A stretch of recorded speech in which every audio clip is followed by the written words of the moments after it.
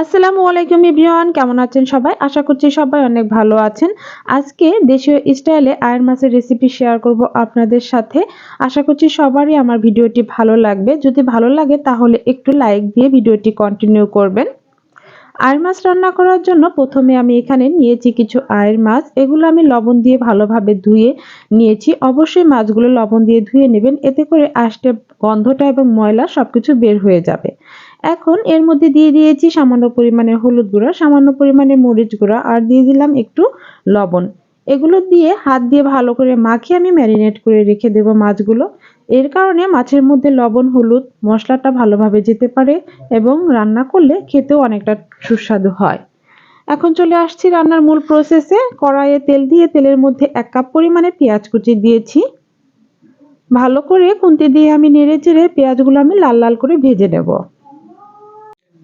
2 মিনিটের মতো আমি পেঁয়াজগুলো নেড়ে চেড়ে ভেজে নেব। দেখুন পেঁয়াজের কালারটা অনেকটাই চেঞ্জ হয়ে এসেছে। এখন এর মধ্যে আমি দিয়ে দিব বাটা মশলা। 1.5 চামচ পরিমাণ আদা ও রসুনের পেস্ট দিয়ে দিলাম। এখানে আমি আদা ও রসুনটা একসাথে ব্লেন্ড করেছি দেখে 1.5 চামচ পরিমাণে দিয়ে দিলাম। আদা ও রসুন বাটা দিয়ে আমি ভালোভাবে পেঁয়াজটা নেড়েচেড়ে কষিয়ে নিচ্ছি, যাতে করে আদা ও রসুনের কাঁচা গন্ধটা দূর হয়ে যায়। সামান্য একটু পানি দিয়ে দিলাম যাতে করে পেঁয়াজটা না লেগে যেতে পারে। এখন এর মধ্যে দিয়ে দিব একে একে সব গুঁড়া মশলা। দিয়ে দিলাম 1 চামচ হলুদ গুঁড়া, দিয়ে দেব 2 চামচ পরিমাণে মরিচ গুঁড়া, 1 চামচ পরিমাণ ধনিয়া গুঁড়া, হাফ চামচ পরিমাণ ভাজা জিরের গুঁড়া আর দিয়ে দিলাম 1/4 চামচ গরম মশলা গুঁড়া। এখানে আপনারা ঝালটা আপনাদের পছন্দ মতো বাড়িয়ে বা কমিয়ে নিতে পারেন। এখন সবগুলো মশলা দিয়ে ভালোভাবে আমি কষিয়ে নেব। 2 মিনিটের মতো কষানো হয়ে গেছে। এখন এর মধ্যে দিয়ে দিলাম একটা টমেটো কুচি করে। আপনারা এখানে টমেটো পেস্টটাও ব্যবহার করতে পারেন। স্বাদ মতো লবণ। এখন এই মশলার সাথে টমেটোটা ভালোভাবে কষিয়ে নিচ্ছি। সামান্য একটু নেড়েচেড়ে আমি ঢাকনা দিয়ে 2 মিনিটের জন্য ঢেকে দেব। এতে করে এই টমেটোটাও ভালোভাবে সিদ্ধ হতে পারে এবং মশলাটাও ভালোভাবে কষানো হয়ে যেতে পারে।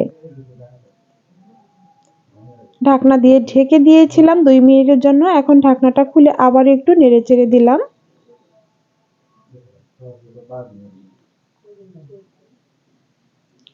ভালোভাবে নেড়েচেড়ে দিচ্ছি যাতে করে নিচে না লেগে যেতে পারে। আবারও একটু 1 মিনিটের জন্য ঢেকে দিলাম। এখন খুন্তির সাহায্যে আমি টমেটোগুলো ভালো করে ব্লেন্ড করে নেব মশলার সাথে। দেখুন টমেটোগুলো আমার সিদ্ধ হয়ে গেছে। একটু চেপে চেপে সব টমেটোগুলো আমি ভেঙে দিচ্ছি। আরও 2 থেকে 3 মিনিটের মতো মশলাটা আমি কষিয়ে নেব। মশলাটা যত ভালো করে কষানো হবে রান্নাটা কিন্তু বেশি টেস্টি হবে। আমি নেড়েচেড়ে সুন্দর মতো মশলাটা কষিয়ে নিচ্ছি। দেখুন 2 মিনিট পরে দেখাচ্ছি মশলাটা কষানো হয়ে গেছে, তেল উঠে এসেছে। এখন আমি এর মধ্যে মাছগুলো দিয়ে দেব, যে মাছগুলো আমি মাখিয়ে রেখেছিলাম। যে মাছগুলো ভাজা হয় না সেই মাছগুলো এভাবে মাখিয়ে রান্না করলে এতে কিন্তু খেতে বেশি সুস্বাদু হয়। সবগুলো মাছ আমি দিয়ে অল্প একটু পানি দিয়ে একটু 2 মিনিটের জন্য কষিয়ে নেব। ঢাকনা দিয়ে ঢেকে দিলাম। 2 মিনিট পরে ঢাকনা খুলে হালকাভাবে আলতো করে মাছগুলো আমি একটু উল্টিয়ে দিচ্ছি। খুব সাবধানের সাথে মাছগুলো উল্টাতে হবে। এই মাছগুলো খুবই নরম হয়। হালকা করে না উল্টালে এই মাছগুলো ভেঙে যাওয়ার সম্ভাবনা আছে।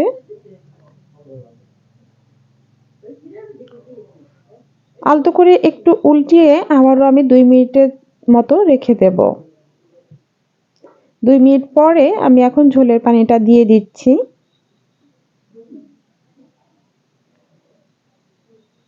পরিমাণ মতো ঝোলের পানি দিতে হবে যাতে করে এই রান্নাটা কমপ্লিট হয়ে গ্রেভিটাও একটু থাকতে পারে, এজন্য আমি দিয়ে দিলাম। আর এখন হাই হিটে আমি 5 মিনিটের জন্য রান্নাটা করব। 5 মিনিট আমি রান্নাটা করছি। এখন দিয়ে দিলাম কিছু কাঁচামরিচ। আরও 5 মিনিটের মতো আমি রান্না করে নেব। এখন খুন্তি দিয়ে না নেড়ে এভাবে একটু কড়াইটা ধরে নেড়ে দিলাম যাতে করে মাছগুলো ভেঙে না যায়। এর উপরে দিয়ে দিলাম কিছু ধনিয়া পাতা কুচি। আমি একটু গ্রেভি রাখবো, আরো 2 মিনিট রান্না করলে রান্নাটা আমার কমপ্লিট হয়ে যাবে। এজন্য আমি মিডিয়াম হিটে আরো 2 থেকে 3 মিনিটের মতো রান্নাটি করে নিচ্ছি। আমার রান্নাটা কিন্তু হয়ে এসেছে প্রায়। আর একটু লবণ লাগবে, এজন্য লবণটা আমি দিয়ে দিলাম। 2 থেকে 3 মিনিটের মতো রান্না করলেই রান্নাটা কমপ্লিট হয়ে যাবে। আমার রান্নাটা প্রায় হয়ে এসেছে। দেখুন আমার রান্নাটা কমপ্লিট। একটু পরেই আমি সার্ভ করে নেব। দেখুন তৈরি হয়ে গেল আমার দেশীয় স্টাইলে আয়ের মাছের ভুনা। একদম সহজভাবে দেখানোর জন্য চেষ্টা করেছি। রেসিপিটি যদি আপনাদের ভালো লাগে তাহলে অবশ্যই একটু লাইক, কমেন্ট, শেয়ার করে দেবেন। আর আমার চ্যানেলটি সাবস্ক্রাইব করে বেল আইকনে ক্লিক করে অবশ্যই পাশে থাকবেন। সবাই ভালো থাকবেন, সুস্থ থাকবেন। আজকে এই পর্যন্তই। আল্লাহ হাফিজ।